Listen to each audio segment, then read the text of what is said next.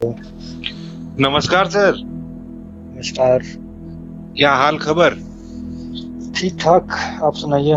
दोपहर में कॉल आ रहा था, उस समय रिसीव नहीं कर पाए थे। हमको लगा कि सोए हुए होंगे या फिर कुछ काम नहीं नहीं, सोए हुए नहीं थे। कहीं रूम में फोन छोड़ करके और बाहर वाले। बहरहाल हम कल बता चुके थे कि कल किस बात पे चर्चा के लिए हम आपको फोन करेंगे, तो उसी बात पे हम चर्चा के लिए आपको फिर फोन किए हैं। दर्शकों के लिए बता दें कि बारंबार कुछ मुद्दों को लेके, जैसे कि यूपीआई या फिर अदर जो मुद्दे हैं उन पे आनंद से हमने राय नहीं ली, और इसलिए राय नहीं ली क्योंकि इस विषय के ये मतलब कि उतने धनी व्यक्ति नहीं है, लेकिन जिन मुद्दों के ये धनी है उनसे राय लेना बनता है। मैं आनंद के बारे में बता दूं कि आनंद अभी एक किताब भी लिख चुके हैं जो कि अमेज़न पे बेस्ट सेलर जा रही है, गीतायान। तो आनंद सर, हमारा जो सवाल है, ठीक है, हमारा जो सवाल है, और हिंदू धर्म ही क्यों, और आपके जो फेसबुक जो पोस्ट जो है, ठीक है, हिंदू पंथ कहेंगे, धर्म हम नहीं कहेंगे क्योंकि हिंदू कोई धर्म नहीं, सनातन धर्म है, जैसा कि आप भी बताते हैं, और आरएसएस प्रमुख मोहन भागवत ने भी एक कई बयानों में अपने कहा है कि हिंदू कोई धर्म नहीं है भाई, हिंदू पंथ है और सनातन धर्म है। तो हमने कई बार सवाल भी पूछा कि भाई कॉलम में, रिलीजन के कॉलम में हमको सनातन क्यों नहीं मिलता है, हिंदू क्यों मिलता है? तो ये एक महत्वपूर्ण सवाल, और क्यों लोगों को हिंदू धर्म अपनाना चाहिए, इस पे आप अपनी टिप्पणी दें। हिंदू धर्म अपनाना चाहिए जैसी कोई बात नहीं है। जैसे ही आप जिन चीजों को, जैसे सबसे पहले जी आपको करेक्ट करना चाहूंगा कि हिंदू पंथ। हाँ, सबसे पहले इसमें आप अदालतों का अगर फैसला देखना शुरू करें तो जो हिंदू शब्द और हिंदू धर्म की बात होती है, तो अदालती फैसलों के हिसाब से, सुप्रीम कोर्ट के फैसले के हिसाब से, Hinduism is a way of life. Hindutva जीवन शैली है जी। तो एक जीवन शैली जिसमें आप सभी धर्मों का बराबर सम्मान करते हैं जी। ये जैसे ही ऐसी जीवन शैली आप अपनाते हैं तो आप अपने आप ही हिंदू हो जाते हैं जी। अगर भौगोलिक सीमा के हिसाब से, जिन सीमाओं के हिसाब से हिंदू शब्द का शुरुआत हुई थी, इस शब्द की, अगर आप पहली बार देखें तो हिंदू शब्द की शुरुआत आपको ग्रीक जो शिलालेख होते हैं उनमें मिलता है। ये एक गलतफहमी कई बार चली आती है कि हिंदू शब्द जो है वो अरबी या फिर फारसी शब्द से आया। ऐसा नहीं है। सबसे पहले इस शब्द का जिक्र जो है वो, जो सबसे पहले नजर आता है, वो सिंधु नदी के इस पार रहने वालों के लिए ग्रीक लोगों ने प्रयोग किया था। कब ऐसा प्रकाश में आया? ये 2000 साल से ज्यादा पुराना होता है, करीबन 2300 साल पुराना कह लीजिए। करीबन 2300 साल पहले पुराना, मतलब ये प्रकाश में आया कि हिंदू चंद्रगुप्त वगैरह के समय से थोड़ा सा पहले। तो उन लोगों ने हिंदू शब्द का प्रयोग किया था सिंधु नदी के इस पार रहने वालों के लिए। ऐसा संभव है कि वहीं से फिर ये शब्द जो है और जगहों पर फैलता रहा, क्योंकि जो प्राचीन मिस्र और ग्रीस वगैरह जो देश हुआ करते थे, देशों से भारत के संबंध, व्यापारिक संबंध काफी रहे हैं, लोग आते जाते रहे थे, तो बीच में जो भी रास्ता पड़ा होगा उन सभी जगहों से ये शब्द होता हुआ गुजरा होगा और ये लग में आ गया होगा, ऐसा संभव है जी। तो यहाँ शब्दों और ये जो भौगोलिक सीमा है उसके हिसाब से देखेंगे तो सिंधु नदी के इस पार रहने वाला हर व्यक्ति हिमालय और सिंधु नदी के इस पार से लेकर के और समुद्र के बीच तक के इलाके में रहने वाला।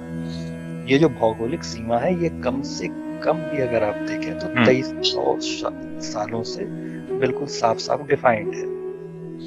मतलब कि एक आप कह रहे हैं कि पंथ का कुछ और भी तो डिस्क्रिप्शन होगा, जैसे कि मुसलमान अगर सब देखें, वैसे चर्चा तो हिंदू पे हम कर रहे हैं, लेकिन मुसलमान भी एक पंथ ही है, वो मतलब कि धर्म नहीं। मुसलमान हो जिसका ईमान वही मुसलमान है, इस्लाम धर्म, ठीक है। तो मुसलमान कोई भी हो सकता है लेकिन धर्म नहीं हो सकता है, ठीक है।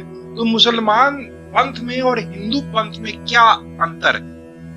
देखिए, एक धर्म के तौर पे अगर देखें तो धर्म जो होता है वो कम से कम 6 अलग-अलग उसकी परिभाषाएं हो सकती हैं। जैसे एक पुत्र का धर्म होता है, अगर हम कहें तो वो कोई भी धार्मिक ऐसी विधियां नहीं है जिसमें आप पूजा पाठ करने बैठ जाते हैं। तो आप रिलीजन से अगर समझना चाहते हैं या मजहब से समझना चाहते हैं तो मजहब और रिलीजन जो होती है वो बहुत छोटी परिभाषाएं होती हैं। जैसे उदाहरण के तौर पे अगर रिलीजन शब्द का आप उत्पत्ति के हिसाब से रिलीजन शब्द को देखें, रिलीजन शब्द जो है वो रिलीगियर शब्द से आता है।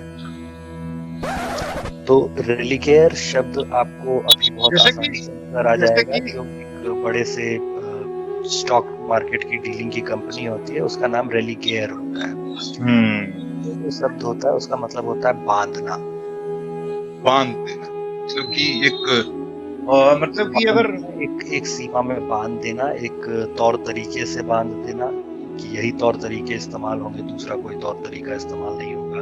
आप इसी तरफ मुंह करके पूजा करेंगे, दूसरी तरफ मुंह करके पूजा करें तो आप ऐसा तो कुछ भी भागवत गीता नहीं कहता है मेरे ख्याल से, ठीक है, कि इस तरह का किताब आपको देखिए हिंदुओं के पास पहले तो एक किताब होती है, कई अलग अलग किताबें होती हैं। तो आप कभी अगर देखें तो जैसे अगर आप हनुमान जी के मंदिरों में जाएंगे तो जो हनुमान जी के मंदिर उत्तर की तरफ मुख किए, जैसे कि सर मतलब कि हमारे जो धर्म ग्रंथ हैं या फिर जैसे कि हम अगर क्रिश्चियनों की अगर धर्म की अगर बात करें, धर्म ग्रंथ की बात करें तो बाइबल जो, ठीक है, बाइबल उनके जो कहा जाता है कि जो यीशु जो पैदा होंगे उन्होंने मतलब कि क्या है ये तो आप बेहतर जानते होंगे।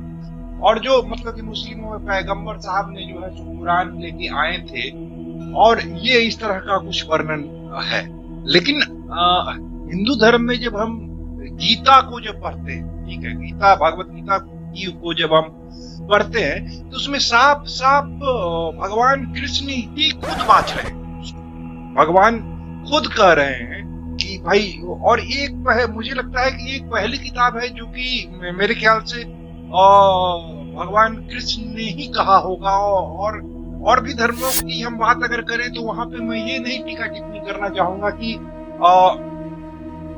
उनके पैगंबर या फिर उनके जो भी प्रोफेट जो आए वो गलत थे या सही थे, इस चर्चा में मैं नहीं उलझूंगा।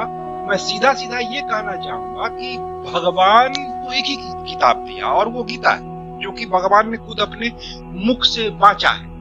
गीता को बताया है महाभारत के उस मतलब कि उस काल में, उस कालखंड में उन्होंने वहां पे खुद कुरुक्षेत्र में खड़े होकर खुद से गीता का वो मतलब कि जो ज्ञान है वो अर्जुन को दिया है। तो ये तो सत्य है और ऐसी कोई किताब मुझे नहीं लगता है कि है यहाँ पे।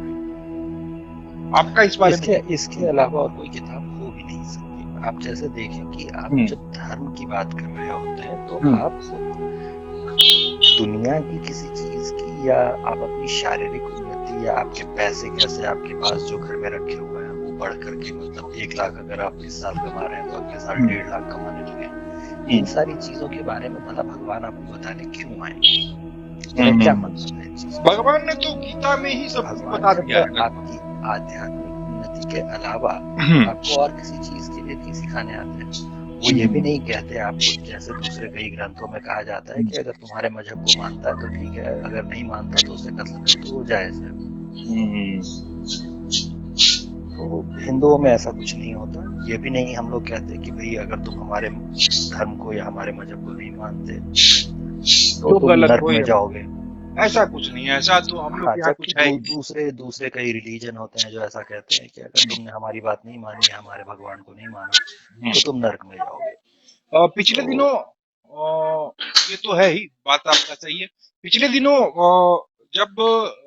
जब तक हमने मतलब कि भागवत गीता का अध्ययन नहीं किया था या फिर उस पे मतलब कि आपकी किताब भी आई गीतायान, तो अब अभी तक तो किताब मैंने नहीं पढ़ी है गीतायान की, उसमें क्या लिखा हुआ है। लेकिन जो भागवत गीता जो है ऑलरेडी, जो पहले से जो पुस्तक अवेलेबल है हर घर में, लगभग हर हिंदू धर्म के और हिंदू पंथ के या फिर सनातन धर्म के मानने वाले हर घर में ये पुस्तक अवेलेबिलिटी है इसकी।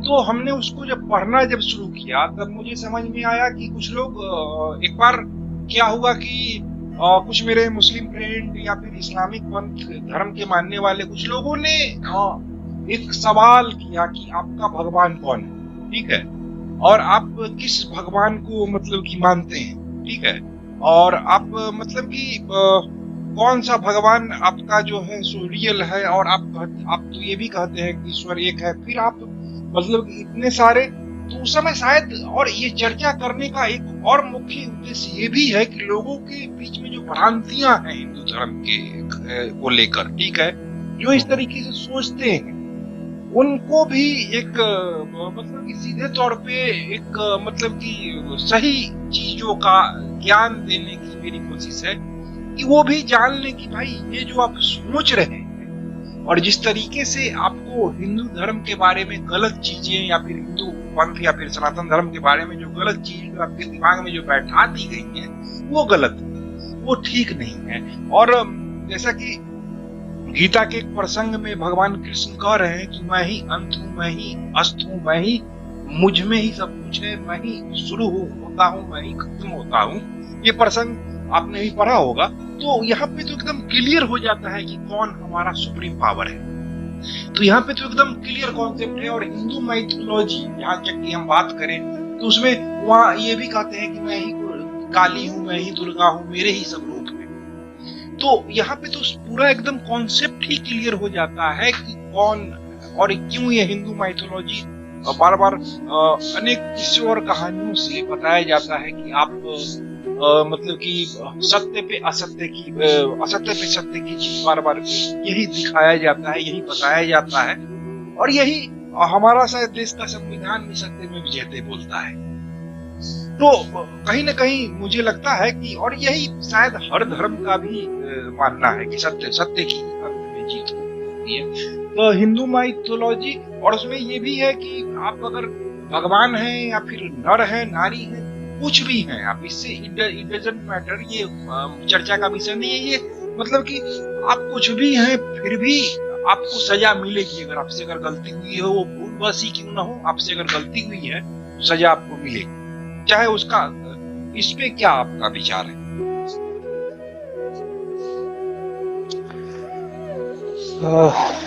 देखिए, अगर ये कहा जाए कि बहुत से नहीं होते या एक ही होता है, तो ये बहुत ही अजीब सा एक प्रश्न होता है। अजीब सा प्रश्न इसलिए होता है क्योंकि ये जो एक से अधिक मानने की बात होती है, वो ऐसा नहीं है कि सिर्फ,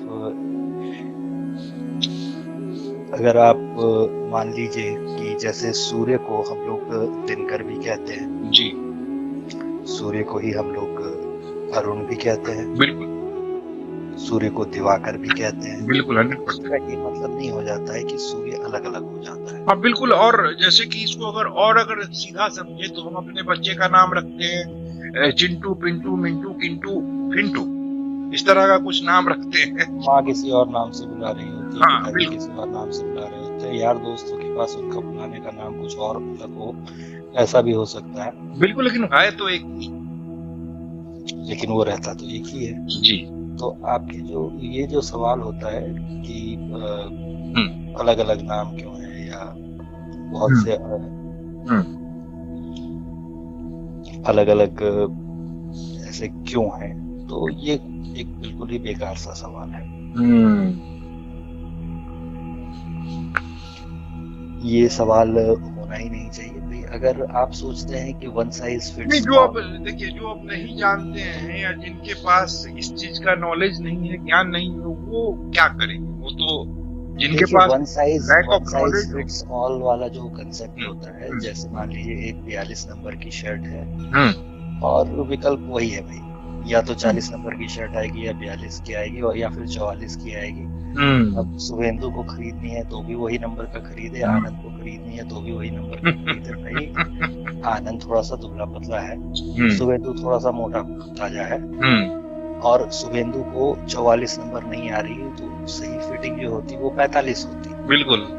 लेकिन चूंकि 44 और 46 दो ही विकल्प ही हैं, तो वो बेचारा क्या करेगा, या तो थोड़ी कसी हुई कमीज पहने या थोड़ी ढीली पहने। ऐसे ही आनंद बेचारा दुबला पतला है और उसको भाई 42 नंबर की कमीज जो है वो फिट नहीं आ रही। दूसरा विकल्प है कि भैया 40 ले ले जो कि कसी हुई आएगी, या फिर थोड़ा ढीला पहने और 42 पहने। तो ये जो अजीब सी स्थिति होती है, ये अजीब सी स्थिति क्यों पैदा करती है? हर व्यक्ति अलग होती है, सोच अलग होती है, हर व्यक्ति एक अलग जीव है, उसके पास अपना दिमाग है, वो अलग तरीके से सोचेगा। तो हर व्यक्ति के लिए धर्म अलग अलग हो जाता है। तो इसीलिए जब हम लोग कहते हैं कि 33 कोटि देवता थे, तो आप किस श्रेणी में आते हैं, आप किस कोटि में आते हैं, इसका हिसाब बताया जाता है कि भैया इस श्रेणी में अगर आप आते हो मोटे तौर पे तो ठीक है, आपके इस कोटि के देवता होंगे। और यहाँ भी भेद है। देवता, भगवान या फिर ईश्वर शब्द जब आप कहते हैं तो यहाँ अर्थ का भेद हो जाता है। बिल्कुल। देवता जिसे आप कहते हैं वो किसी एक विशेष चीज का ही देवता होता है। बिल्कुल। जैसे वरुण की बात करेंगे अगर आप, तो वरुण सिर्फ पानी या जल के देवता होते हैं। अग्निदेव अग्नि के होते हैं। इंद्र जो होते हैं वो और कोई दूसरी चीजों के होते हैं, सारी चीजों के साथ संभाल, वर्षा, ऐसी चीजों का ध्यान रखेंगे। कुबेर अगर आएंगे तो कुबेर तो सीधे सीधे देवता भी नहीं माने जाते, वो तो यक्ष माने जाते हैं। धन की प्राप्ति की बात अगर लेकिन होगी तो कुबेर की उपासना भी होगी। तो ऐसा ही दूसरे समुदायों में भी है। अगर आप मलकुल मौत की बात करेंगे तो मलकुल मौत जो होता है वो बिल्कुल वही काम कर रहा होता है जो हमारे यमराज कर रहे होते हैं। तो भाई इस हिसाब से अगर कहें कि भाई आपके पास भी एक से अधिक देवता है तो वहां भी फिर वही बात हो जाएगी, वहां भी फिर कंट्राडिक्शन पैदा हो रहे हैं कि तुम्हारे इतने देवता हैं, जिससे मैं कंफ्यूज हो जाता हूँ। तो भाई तुम्हारे भी तो इतने देवता हैं और ऊपर से तुम झूठ भी बोल रहे हो कि भाई तुम्हारा देवता एक ही है। गजब। एक पहले तो बड़ी विचित्र बात है। एक कुछ दिन पहले कॉन्सेप्ट आया था विवेकानंद जी के टाइम में, जो हुए उनके टाइम में एक कॉन्सेप्ट आया था, अहम ब्रह्मस्मि। ठीक है, नहीं उनके टाइम में नहीं आया था। ये उपनिषद का जो सबसे ज्यादा मतलब कि कहने का सेंस है कि उनके टाइम में आया नहीं था, उनके टाइम में ये मुकर हुआ था। काफी ज्यादा चर्चा का विषय होने का भी मामला जो है वो इसलिए है क्योंकि थोड़े थोड़े समय पर कोई ऐसा आता है जो किसी दिन आपको सारी चीजों को समझाने या फिर क्या कहते हैं उसको एक्सप्लेन करने की बेहतर स्थिति में हो। तो अहम ब्रह्मस्मि वाला जो कॉन्सेप्ट है वो क्या कॉन्सेप्ट है? अगर सबसे पहले तो चलिए हम लोग इससे पीछे वाले को एक बार फिर से देख लेते हैं, जिसमें आप कह रहे थे कि बहुत से देवी देवता होते हैं या फिर ये होते हैं। तो चलिए सबसे पहले हम लोग देखते हैं एक फरिश्ते को जिसका नाम है हजरत जिब्रील। जिब्रील जो है ये सबसे बुजुर्ग और आला फरिश्ते माने जाते हैं और इनका काम है अल्लाह का संदेश रसूल तक पहुंचाना और रसूल का संदेश अल्लाह तक पहुंचाना। यानी करीब करीब वही काम है जो कि हमारे नारद जी कर रहे होते हैं। एक है भाई मिकाइल। मिकाइल का काम है, वो इमाम है आसमान वालों के जी, जो हमारे देवगुरु बृहस्पति कर रहे होते हैं। बिल्कुल वही काम हुआ। इजराइल को मौत का फरिश्ता कहा जाता है, यानी वही काम जो कि हमारे यमराज का है। एक है कतर, जिनका काम है बारिश करवाना। तो हमारे इंद्र जो होते हैं वो यही काम कर रहे होते हैं। निगरानी के लिए जो लोग तैनात हैं उनका नाम है रिजवान। की निगरानी के लिए जो तैनात है उनका नाम है मालिक। तो नर्क के मालिक यमराज और चित्रगुप्त की तरह। एक फरिश्ते हैं रद।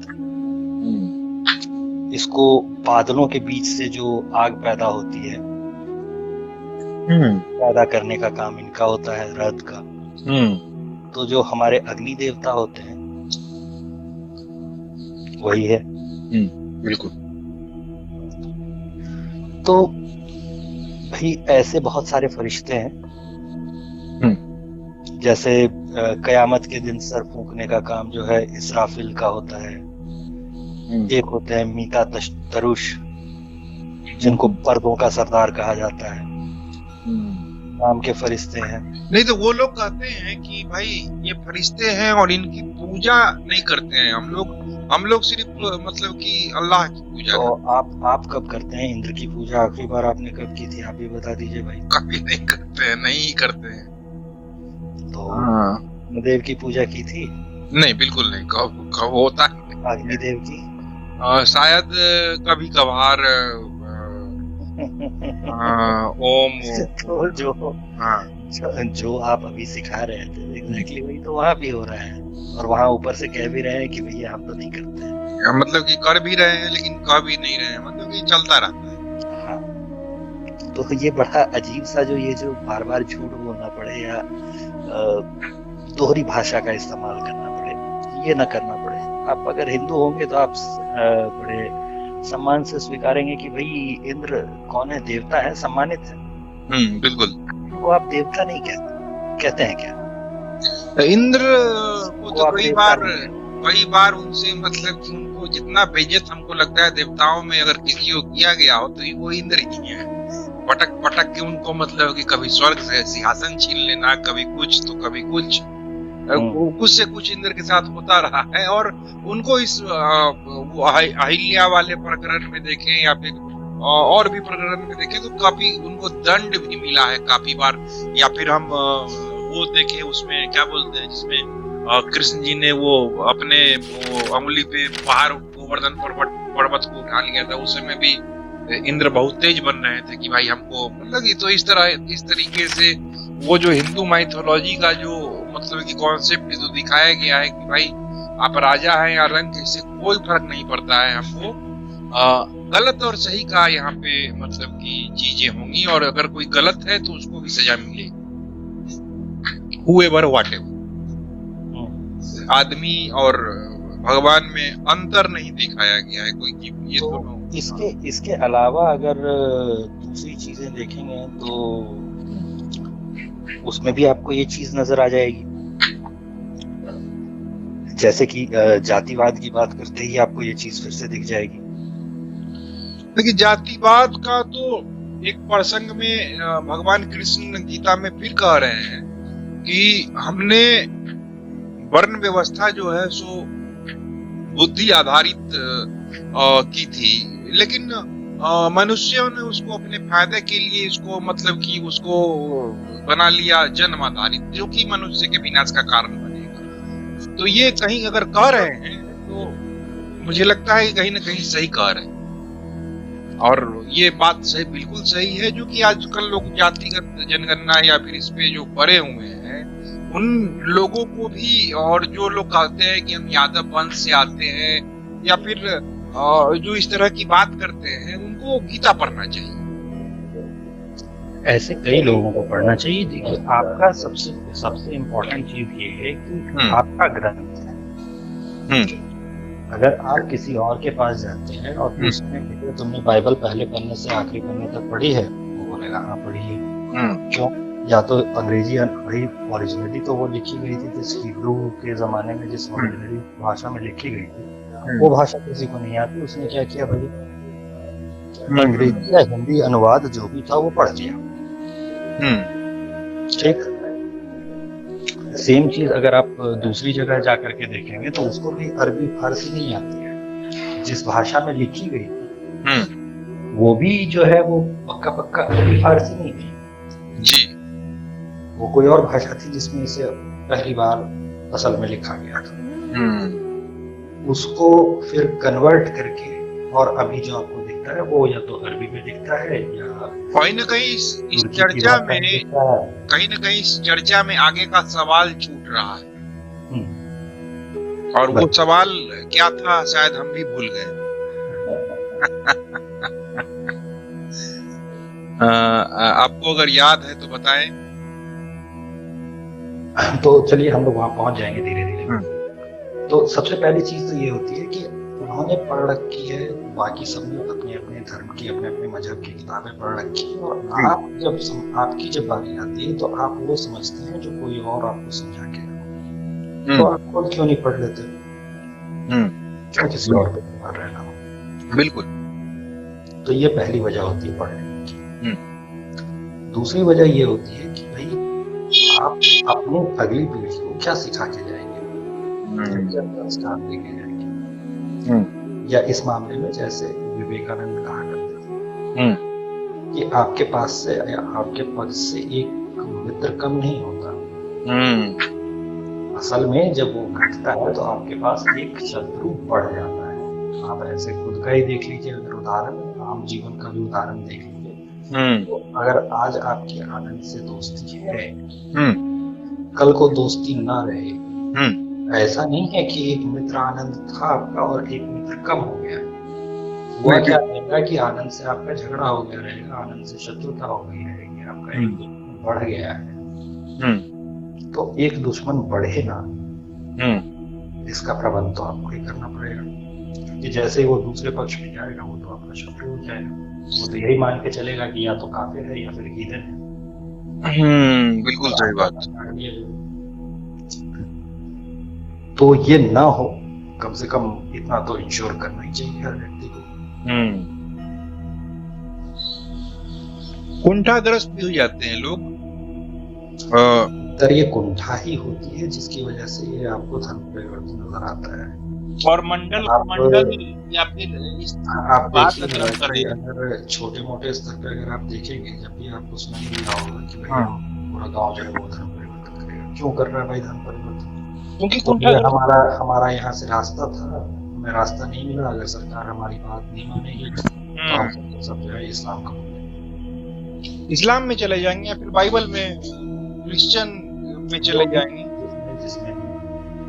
और एक चीज और कुछ नहीं कर सकते तो चलो भाई।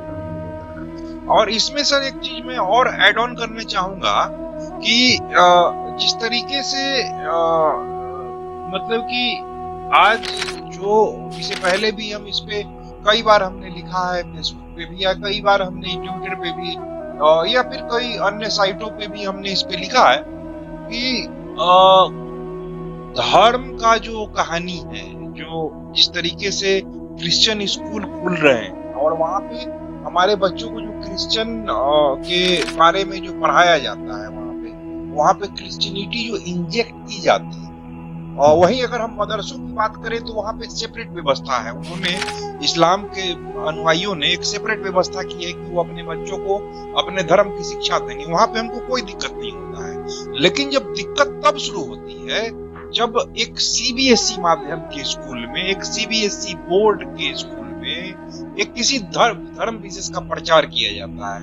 तो फिर अगर आप क्रिश्चियनिटी अगर अपने बच्चों को अगर आप पढ़ाएंगे या फिर इंजेक्ट करेंगे, तब तो O God we are thankful to you for आमीन, फॉर वांटी, आमीन आमीन, अगर ये शब्द अगर सिखाएंगे, ऐसा कुछ सिखाएंगे आप, तो फिर हमको भी, मेरा भी बनता है कि हम भी गीता उनको सिखाएं और ये स्कूल के पाठ्यक्रमों में हम शामिल करवा दें। तो ये, या फिर ये दबाव कब बढ़ेगा? ये दबाव कब बढ़ेगा? ये दबाव बढ़ पाने की एक ही स्थिति होती है जब आप खुद पढ़ रहे हो। जब आप खुद ही नहीं पढ़ रहे तो आप मुंह से कहने जाएंगे स्कूल वालों को कि भैया तुम हमारा क्यों नहीं पढ़ा रहे? पूरा भागवत गीता नहीं मान लिया जाए कि हर क्लास वाइज हम मान लिया जाए। पहले था, पहले महाभारत, अगर कुछ नहीं करते, चलो 12वां अध्याय 20 श्लोक है, तो नहीं याद करवा दो। बिल्कुल, और वो तो है ही सर। और सेकेंड थिंग क्या है कि पहले के, जब पढ़ाई किया करता था अपने स्कूल, ठीक है, तो स्कूल में तो हर धर्म के बच्चे थे, लेकिन फिर भी वहाँ पे एक महाभारत की एक पुस्तक हुआ करती थी जो कि एक कोर्स में, सिलेबस में शामिल हुआ करता था कि महाभारत आपको पढ़ना है पूरा, और उससे सवाल भी पूछे जाते थे। और मुझे वो प्रसंग याद है कि मैंने एक बार कुंती को कुत्ती लिखा था, ठीक है और इसके लिए हमारे सर ने हमको बड़ा मतलब कि ट्रोल किया था कि इसको कुत्ती लिखते हो, कैसे चलेगा। तो मतलब कि प्रसंग भी याद है कि हमने किया गया था महाभारत पढ़ने के, तो वहां से जो संस्कार का जो सृजन जो किया गया हमारे यहाँ, और वहां पे और भी मुस्लिम बच्चे भी थे, क्रिश्चियन, सब लोग महाभारत पढ़ रहे थे और किसी को कोई आपत्ति नहीं थी, और शासन काल कांग्रेस का था। और आज पता नहीं है या नहीं सिलेबस में, मुझे मालूम नहीं, एक किताब के तौर पे वहां पे पढ़ाया जाता था, तो आज है या नहीं ये मुझे नहीं मालूम। लेकिन और सीबीएसई माध्यम से मैं पढ़ा हूँ, और सीबीएसई बोर्ड से ही हमने अपनी 10वीं तक की पढ़ाई की है, और वहां हमको महाभारत या फिर संस्कृत में रामायण भी पढ़ने को मिला है, और कई सारे ऐसे श्लोक वगैरह पढ़ने को मिले जो कि हिंदू धर्म के थे, जो कि मतलब कि हमारे वेदों और उपनिषद जो भी नाम है, तो उसमें जो है सो वर्णन है उसका। तो वाल्मीकि रामायण कहें या फिर वो सारा कुछ, तो वो सारा कुछ पहले के सिलेबस में हुआ करता था। और मेरा कुछ बहुत ज्यादा दिन नहीं हुआ है, मतलब कि मैं तो अभी युवा और युवा खुद को कहता हूँ, तो हमने मतलब कि 2006 में 10वीं का इम्तिहान दिया, 2006 में। आप लोग का तो काल और पुराना होगा, लेकिन हमने 2006 में मैट्रिकुलेशन किया था, और उस समय में ये सारी चीजें पढ़ने को थी। लेकिन अभी का क्या है और अभी क्या चल रहा है किताबों में, ये बड़ा जानना बड़ा मुश्किल है। और पढ़ने को मैं पढ़ता हूँ, बच्चों की किताबें तो मुझे वो सब नहीं मिल पाता है, सारा कुछ बदल रहा है।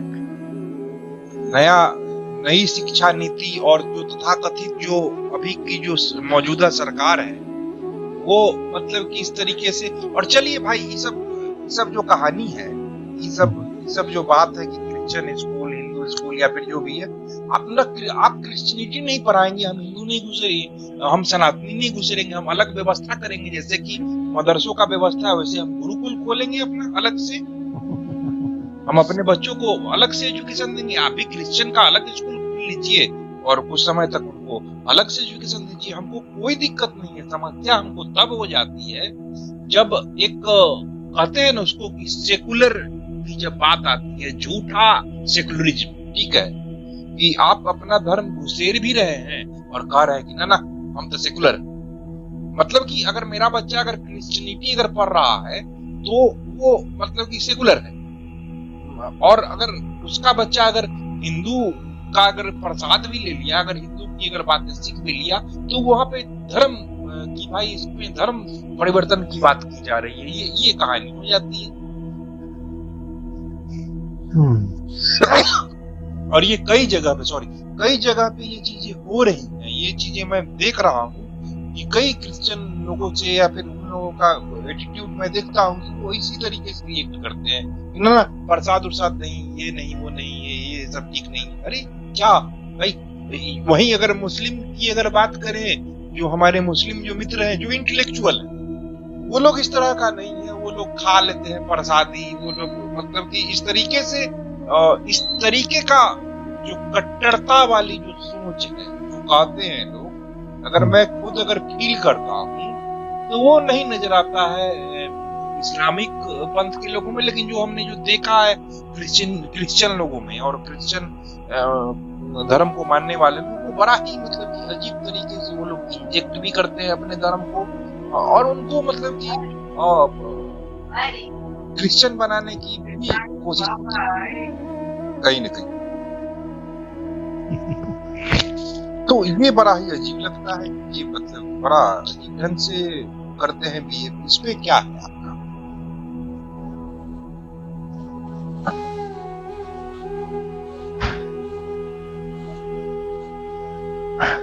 देखिए, इसमें भी घूम फिर करके वही बात आ जाती है। आप जब सर्वधर्म समभाव जैसी बात करते हैं और ये कहते हैं कि दूसरे लोगों के लिए हम समानता का भाव रखेंगे, लेकिन दूसरे लोग वैसी समानता का भाव नहीं रख रहे हैं।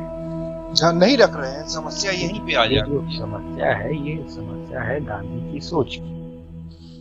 अच्छा, गांधी की सोच की समस्या? नहीं तो ये तो भाई, हमको गांधी तो मेरे ख्याल से उनकी जो विचार है वो भगवत गीता ही वाचा कर देते हैं महात्मा गांधी। अगर उनके ज्यादातर विचार देखें तो भागवत गीता से प्रेरित, लेकिन अब जो व्यवहार हमको अपने लिए पसंद नहीं है वो दूसरों से भी ना करें, यही गांधी जी भी कहते थे। तो फिर कुछ विचार अगर भिन्न हो वो अलग है। ये चीज आप मान लें और दूसरा ना माने। हाँ, ये चीज हम मान रहे हैं, दूसरा ना माने। आप कहेंगे an eye for an eye makes whole world blind, और आप ये मान करके जो है आपकी एक आंख निकाली जाए तो आप दूसरी आंख सामने रख देंगे कि लो भैया मेरी ही दूसरी आंख भी निकाल दो। अल्टीमेटली आप खत्म हो जाएंगे।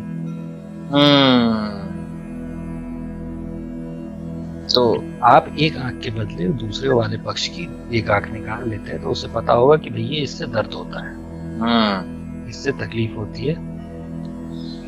मतलब कि कुछ ना कुछ भगत सिंह को आप उसेर रहे हैं, मतलब कि गांधी जी सब जगह न रहे, गांधी सब जगह नहीं रहे का बात नहीं। ये मामला इतना है कि भाई आपने जो व्याख्या दी वो गलत व्याख्या दी। मतलब कि भागवत गीता साधुओं के बीच या फिर एक कहिए काल्पनिक समाज में अगर रह रहे हैं तब आपके लिए ये व्यवस्था ठीक है, सुचारू रूप से चल सकती है। अगर आप नॉर्मल समाज में रह रहे हैं तो दंड का भय जरूरी है। मेरे ख्याल से भागवत गीता में जो कृष्ण कहते हैं कि धर्म की स्थापना के लिए आपको अस्त्र उठाना ही पड़ेगा, अर्जुन अस्त्र उठाओ और धर्म की स्थापना करो, ठीक है। तो उस समय अस्त्र उठाने की भी बात करते हैं। तो ये जो बात जो कर रहे हैं कृष्ण, उसको कहीं ना कहीं मुझे लगता है कि महात्मा गांधी ने हाइड कर लिया, उसको भूल गए। कहीं भूल नहीं गए, जबरदस्ती उसे हटा देने की कोशिश की या उसे काल्पनिक बताने की कोशिश की। उसको आप हिंद स्वराज नाम की जो गांधी की किताब है उसको पढ़ेंगे तो उसमें गांधी जी स्पष्ट रूप से लिखते हैं कि मैं मानता कि ये सत्य घटना है, ये कल्पना है। जैसे कि प्रयास किया गया महाभारत में को रोकने के लिए कई प्रयास रचे गए, जैसे कि भाई 7 गांव ही दे दो, कुछ दे दो, हम वो नहीं करेंगे, हम नहीं चाहते, हमको नहीं करना है। तो हिंदुत्व भी कहीं ना कहीं यही सिखाता है कि हम लोग झगड़ा नहीं करना चाहते हैं साहब, हम लोग बीच का रास्ता निकालना चाहते हैं। लेकिन जब नहीं मानोगे, तुम जब हमको मतलब कि खत्म करने की जब कोशिश में तुल जाओगे और खत्म भी करोगे तब तो शस्त्र उठाने ही पड़ेंगे। तब क्या करेंगे? हमारे पास आज जो चर्चा जो मैं कर रहा हूँ इसका मुख्य रीजन ये भी कहीं ना कहीं है कि कहीं ना कहीं मुझे लगता है कि कुछ लोग और कुछ, कल मेरी शहजाद से बात हो रही थी तो वो बता रहे थे कि भाई मदरसों में जो है सो कुछ लोग, कुछ ग्रुप्स जो है जो बच्चों को मतलब कि दूसरे धर्मों के प्रति जो है सो गलत मैसेज दे रहे हैं। मैं कहा बिल्कुल आप एकदम सही कह रहे हैं, और यही समस्या आ रही है। दूसरे धर्मों में भी वो गलत चीजें सिखाते हैं, वो दारुल इस्लाम सिखाना शुरू करते हैं, कुरान की पुस्तकों को फेंक दिया करते हैं, उनकी कोई वैल्यू ही नहीं करते हैं, उसके बाद उससे कुछ पढ़ा देते हैं, उसके बाद फिर अपभ्रंश उसका निकलता है, इसलिए एक धर्म विशेष बदनाम होता है। भाई जब बदनाम होता है, सीधी सी बात है कि भाई सिर्फ वो इकलौता तो नहीं था, और भी तो कई थे। बिल्कुल, हम लोग भी वैसे ही गीता में से बाकी चीजें निकाल देते, हटा देते और हिंसा की बातें उसमें निकाल करके और दूसरों पे अप्लाई करने लगते। नहीं तो सब कुछ ऐसा क्यों होता है कि भाई हम लोग ये नहीं करते, बाकी दूसरे लोग ये कर रहे हैं? अंत में तो देखिए, अंत में तो अस्त्र उठाने के लिए भगवान भी कहते हैं, अंत में अगर तुम्हारी बीवी बच्चों पे अगर आ जाए, तुम्हारा अगर अस्तित्व खतरे में आ जाए, तब तो तुमको उठाना ही पड़ेगा भाई। तुम कोई उपाय नहीं बचता है उसके बाद। After that you do not have any options left, तब तो तुम उठाओ। लेकिन शांति की रक्षा के लिए हर संभव प्रयास करो, तो हम लोग करते हैं।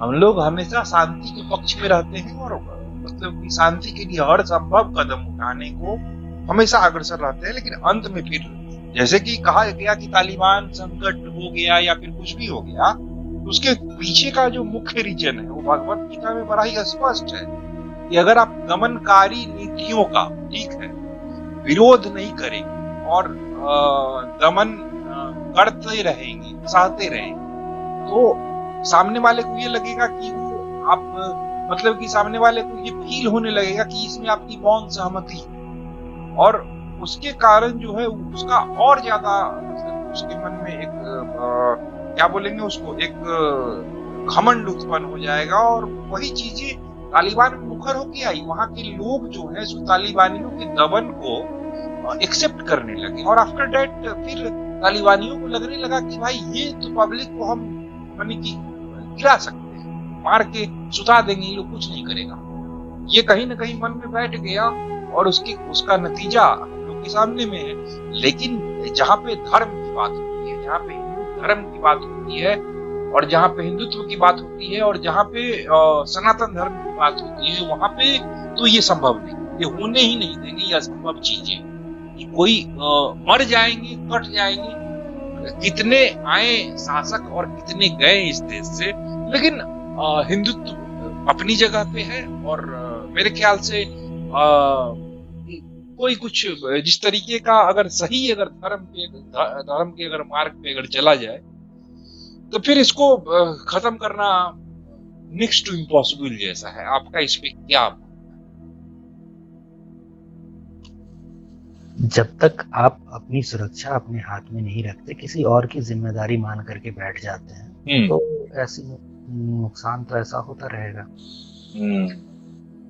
आपको देखिए, आमतौर पर सिखाया ये जाता है कि अवतार आते हैं, श्री कृष्ण आएंगे, धर्म की हानि होगी, जब तब आएंगे, ये होगा वो होगा। लेकिन ये होगा तो कब होगा? राम ऐसे ही किसी भी काल में आ सकते थे भाई, या कृष्ण को आना था किसी भी काल में आ जाते, क्या फर्क पड़ता था? समय चुन सकते थे, उनकी मर्जी थी, भगवान थे। तो राम उसी काल में आते हैं जब शबरी होती है, हर रोज जो सड़क पे झाड़ू लगा रही होती है, और शबरी जिस स्थिति या जिस स्तर की भक्त थी, उसको पता न हो कि राम पक्का कब आएंगे, ऐसा तो हो नहीं सकता। बड़ा मामूली सा काम रहा होगा उनके लेवल पे किसी व्यक्ति के लिए। थोड़ा सा भाई ध्यान लगाएं, साधना करें, और ये मालूम कर लें कि भाई किस दिन आने वाले हैं, उसी दिन खाली झाड़ू लगाएंगे। बाकी पूरा जिंदगी क्यों झाड़ू लगा रही थी? या अगर वहां पे सुग्रीव होते हैं, तो सुग्रीव जो है वो इस इंतजार में नहीं बैठे होते हैं कि भाई राम आएंगे और हमको बाली से बचा लेंगे। वो खुद ही कहते हैं कि भाई बाली तुम गलत कर रहे हो और इस गलत काम साथ नहीं देंगे।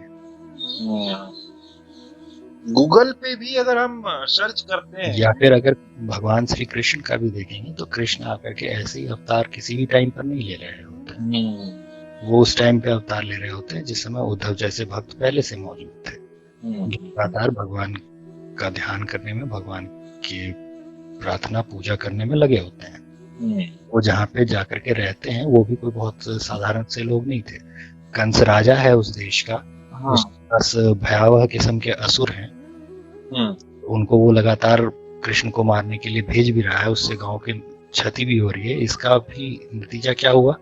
अगर आप इसकी तुलना अभी हाल के शोले फिल्म से कर लें, तो आपको दिखेगा भाई क्या होता है। भाई गांव के कुछ लोग मारे गए जैसे ही, वैसे ही गांव वाले कहते हैं कि नहीं निकालो भाई जय वीरों को गांव से। इन लोगों की वजह से ही गब्बर भड़क गया है और हम लोगों के साथ ऐसा कर रहा है। पहले कम से कम किसी को मारता तो नहीं था, खाली लूट के ही न ले जाता था। तो भाई नंद गांव के लोग भी वैसा ही कहते, क्या कम से कम मारने के लिए कोई राक्षस तो नहीं भेज रहा था, खाली थोड़ा ज्यादा टैक्स ही तो ले रहा था। थोड़ा अत्याचारी राजा ही तो है, 2-4 बलात्कार कर दिया तो क्या हुआ? कृष्ण की वजह से तो इसको भेजना शुरू कर दिया, मारो कृष्ण को ही। 2-4 बलात्कार कर दिया तो क्या हो गया? गजब। इस तरह की सोच उन लोगों की थी नहीं। तो जब भाई इस तरह की सोच वाले लोग थे जो कि भगवान सामने आपके आए, तो आपकी भी आस्था हो भगवान पर, वैसे काल में भगवान आते हैं। अवतार भी आपके आएंगे और बहुत ज्यादा धर्म का नाश हो जाएगा, तब आएंगे। ये अगर आप सोच रहे हैं तो उसके लिए पहले आपको भी तैयारी करनी पड़ेगी। अगर आप वैसे नहीं है तो आपके लिए अवतार नहीं आने वाले हैं। अच्छा, किसी ने मुझे बताया, someone told me कि कलयुग जो है, ठीक है, कलयुग को भगवान ने एक वरदान भी दिया और एक अभिशाप भी कि भाई कलयुग में जो है सो जो लोग मतलब कि सत्य के मार्ग पे चल रहे हैं उनको सफलता तो मिलेगी, लेकिन काफी टाइम लगेगा और काफी समय गुजर जाएगा। लेकिन जो लोग गलत कर रहे हैं वो खूब फलेंगे फूलेंगे, खूब आगे बढ़ेंगे, लेकिन इसी जन्म में उसका उनको दंड भी मिल जाएगा। तो ये जो वाकया, जैसे कि वो उस पे एग्जाम्पल देते हैं कि कुछ नेताओं का एग्जाम्पल देते हैं कि ये देखिए ये नेता हैं और इनका जो है सो देखिए विनाश भी हुआ और जेल भी काट के आ गए, और मतलब कि इसी मतलब कि युग में से और इसी जीवन काल में वो सब कुछ देख रहे हैं। अर्थ से फर्श तक, फर्श से अर्श तक भी पहुंचे, लेकिन वो उनका मतलब कि विनाश भी इसी में हो रहा। तो ये कितना सही प्रसंग है और सही बात है, या फिर ऐसा कुछ कहा गया था या नहीं, या फिर ये कहीं सुनी बात है? देखिए, ये कर्मफल का मामला होता है। नहीं, ये जो बात जो मुझे किसी ने बताई, ये कितना सही, मैं ये जानना चाह रहा हूँ। कर्मफल ये सब तो अलग बात है। हेलो।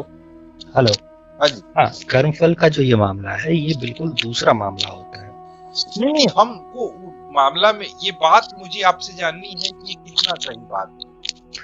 काफी हद तक आप इसको सही कह सकते हैं कि ऐसा कुछ हुआ था कि भगवान ने ऐसा कुछ। आदमी के जीवन काल इतना लंबा होता है कि आप इस बात की प्रतीक्षा करते रहें कि उसको अपने आप दंड मिलेगा, ऐसे चलता नहीं। भगवान उसी की मदद करते हैं जो अपनी मदद खुद करता है। देखिए, अपने आप दंड भुगतने की बात मैं नहीं कह रहा हूँ, मैं कह रहा हूँ कि जो व्यक्ति गलत करेगा, जो व्यक्ति पाप करेगा, ठीक है, उसको सफलता तो मिल जाएगी कलयुग, और लेकिन उसका विनाश भी इसी जन्म में होगा।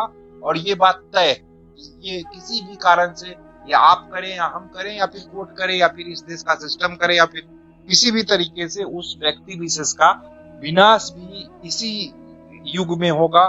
जिसका कि एग्जाम्पल कुछ लोग कुछ नेताओं को बताकर कहते हैं कि देखिए उनका तो ये नेता थे और ये जेल भी गए और इनका भी हाशिए पे है और इनका कुछ चलता नहीं। जैसे कि मुलायम सिंह यादव को ही ले लेते हैं, उनका बेटा पार्टी उटी सब छीन लिया, उनको दरकिनार कर दिया पार्टी से, और जो स्थिति है समाजवादी पार्टी में वो मुलायम सिंह बहुत मतलब कोई स्थिति ही नहीं है, वो अखिलेश पार्टी के करता धरता है सब कुछ।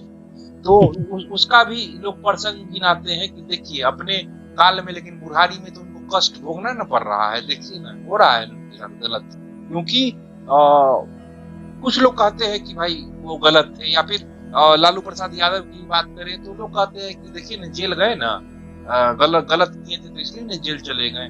या फिर कुछ और नेता है जिनके कि भाई गलत किए थे इसलिए वो अपना कर्म भी जो है, अपने कर्म का फल इसी जीवन में भोग ले। या फिर अगर हम और वही अगर सत्य की मार्ग पे चलने वाले जो लोग हैं उनको सफलता तो मिलती है, लेकिन बड़ा ही मतलब कि लेट हो जाता है, बहुत देर हो जाता है। तो इस पे क्या है आपका, और ऐसा कुछ होता है क्या, या फिर एक दिन में भी सफल होने वाले लोगों से मैं जानता हूँ, और जैसे कि कुछ लोग हैं जो कि मतलब एक दिन में ही बॉर्न स्टार बन गए, पैदा हुए स्टार बन गए। तो ऐसा कुछ नहीं होता है। तो आपकी बरसों की मेहनत होती है उसके पीछे, और आखिरी दिन जिस दिन आप चमक करके निकलते हैं, आप सोचिए कि जैसे एक 23 साल की उम्र में जज को मिल जाता है एक गोल्ड मेडल, ऐसे ही एक किसी वेट लिफ्टर को मिल जाता है मेडल, और आप अचानक उसको जानने लगते हैं, या अचानक उसकी तस्वीरें मीडिया में आपको नजर आने लगती हैं। जबकि असली कहानी जब आप देखेंगे इसके पीछे, तो आपको पता चलेगा कि भैया ये लोग तो ऐसे थे जो 5-5 साल तक घर ही नहीं गए, रोज प्रैक्टिस ही करते रहे। तो अच्छा लगता है सुबह 5 बजे उठ करके या सुबह 4 बजे उठ करके फील्ड में दौड़ने चले जाना।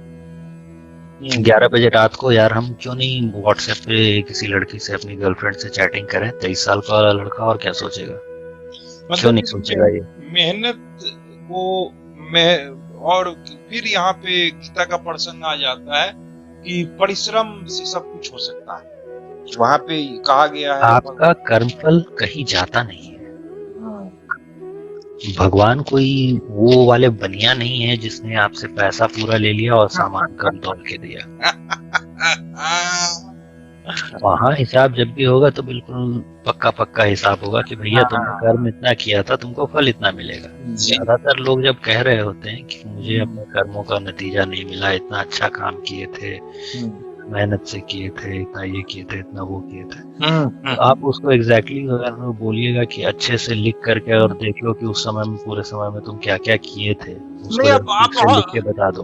बहुत सारे लोग तो ऐसे मिलते हैं आनंद सर कि वो मतलब कि काम शुरू ही नहीं करते हैं। ठीक है, मतलब कि गीता में एक प्रसंग में कृष्ण कह रहे हैं कि जो लोग जो हैं, जो इस तरह के जो लोग मिलेंगे, वो अपने कार्य को प्रारंभ भी नहीं करते हैं। तो आधे रास्ते से लौट जाना ठीक है, लेकिन आप उससे ज्यादा खराब बात है कि आप किसी कार्य को शुरू ही ना करें। तो शुरू कीजिए, सफलता मिलेगी, ना मिलना ना मिलना। और आधे पे अगर आपसे रह भी गया, आपने आधा प्रयास किया था और भाई पूरा प्रयास नहीं कर पाए किसी कारणवश, हो सकता है भाई आपके किस्मत में लिखा हो कि इतने तारीख को, मेरी किस्मत में लिखा हो कि इतनी तारीख को इसकी गाड़ी का एक्सीडेंट हो जाना है, या फिर इतनी तारीख को पटना में भूकंप आना है, मकान गिर जाएगा, ये उसमें घुस के रहेगा, मर जाएगा। हो सकता है ऐसा। बिल्कुल हो सकता है। और हमने आधा ही प्रयास किया। तो ऐसी सभी स्थितियों के लिए भगवत गीता कहती है कि भैया इससे घबराना नहीं है या इसकी फिक्र नहीं करनी है। अगला जन्म जो तुमको मिलेगा वो इसी कर्म के हिसाब से मिलेगा, और उस कर्म में तुमको ऐसा परिवार मिलेगा जहाँ पे तुम इसको और आगे ले जा सको। अब आगे तुम ले जाओगे या नहीं ले जाओगे, ये फिर तुम्हारी मर्जी है। दूसरे जो छोटे मोटे मजहब या रिलीजन आपको बताते हैं कि दूसरा जन्म नहीं होता, इस पे तो उन लोगों से जब ये पूछा जाए अगर कि भाई अगर दूसरा जन्म नहीं होता तो इसी जन्म में जो कोई आदमी पैदा ही होता है तो उस समय लनक लूल्हा होता है, या कोई आदमी पैदा होता है तो अंबानी के घर पैदा हो जाता है, दूसरा कोई आदमी पैदा होता है तो सड़क चलते किसी भिखारी के घर पैदा होता है। ये हिसाब किताब हुआ कैसे था? रैंडमली कैसे अजीब किस्म के कुछ सन की उनकी किस्म के हैं भगवान, क्या क्या, अच्छा ठीक है ये तुम इधर जाओ भाई, तुम इधर जाओ भाई, छिड़क दिए भाई। ऐसे सन की किस्म के तो है नहीं। बिल्कुल, कोई ना कोई रीजनिंग होती होगी ना, कोई ना कोई कारण होता होगा जिसकी वजह से ऐसा हुआ है। बिल्कुल सही बात है। और ऐसे में ही आगे भी देखिए, थोड़ा सा और आप आगे बढ़ के देखिएगा कि आप कहाँ पैदा हो गए थे, इतने भर से आपका काम हो जाता है, ऐसा नहीं होता है। देखिए इस पे हम थोड़ा काफी मेहनत से कर्म फर्म कर। हाँ बताइए। एक मिनट आपको, डॉक्टर ओब्रायन, ठीक है, डॉक्टर ओब्रायन ने एक किताब लिखी है और उसमें शायद उन्होंने भगवत गीता को ही पढ़ के वो लिखा है।